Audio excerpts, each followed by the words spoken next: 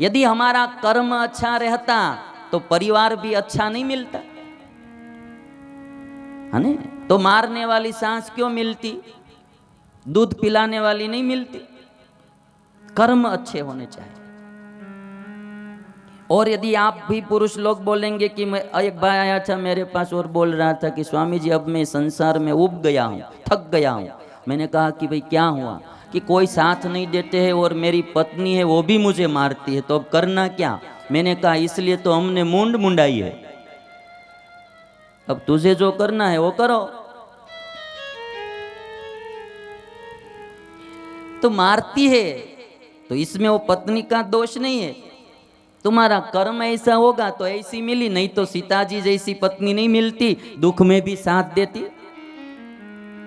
कर्म, धर्मदेव बोलते हैं प्रारब्ध कर्माधीनोस्ति देहो वै सर्वदेहिनः धैर्येण तीर्यते नूनम आपदब्धिर्मनीषिभिः। देवी, इस दुनिया में सबको कर्मानुसार सुख दुख मिलता है। धैर्य से दुख रूपी समुद्र को पार कर जाना चाहिए। दुख कभी भी जीवन में आए, आत्मघात का विचार मत करना। स्वामीनारायण भगवान ने आज से 200 साल पहले शिक्षापत्री में लिख दिया है कि आत्मघात कभी भी नहीं करना, आत्महत्या कभी नहीं करना। चाहे कितना भी जीवन में दुख हो, आत्महत्या नहीं करना। हमारे सूरत में तो अभी आजकल बहुत हो गया है, बहना लोग भी करती होगी, भाइयों को तो चाहे कितनी भी मुश्किल आ जाए वो आत्महत्या नहीं करते, उठी जाए पर आत्महत्या न करे, जेना वो ही करे। आजकल तो रिवाज हो गया, प्रथा हो गई, बस थोड़ी भी मुश्किल आती है तो बस हाथ खड़ा कर दो, फिर जिसका जो होना है वो हो, और वो अपनी सब साइड सेफ रख के चले जाते। 2-5 दिन नहीं आते तो सबको लगता है ठीक है वे जाने तो, दूसरा क्या। स्वामीनारायण भगवान ने बोला है आत्मघात नहीं करना। कैसे भी कष्ट हो, भगवान का भजन करो, भगवान की प्रार्थना करो, दुख और सुख आएगा ही। और जो धीरजवान पुरुष होता है, जो धैर्य रखते हैं, वो आपत्ति रूपी समुद्र को पार कर जाते हैं।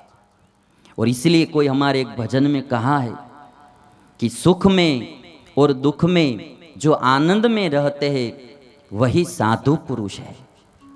सुख में और दुख में जो आनंद में रहते हैं वही साधु पुरुष है। साधु का और कोई लक्षण नहीं होता है। गेरुए कपड़े पहनने से साधु नहीं बनते हैं भाई।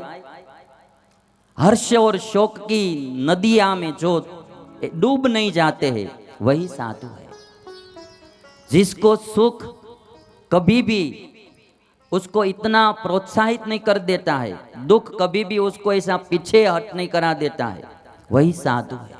सुख और दुख में जिसकी स्थिति समान रहती है वह साधु पुरुष का लक्षण है। और इसीलिए हमारी गंगा सती ने भी गाया था कि हर्षनी शोकनी नावे जेने हेड़की, वही साधु है।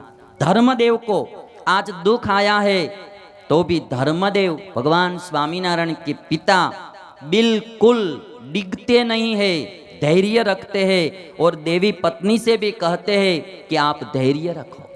साधु पुरुष का वही लक्षण है कि दुख में धीरज रखे, सुख और दुख में समान।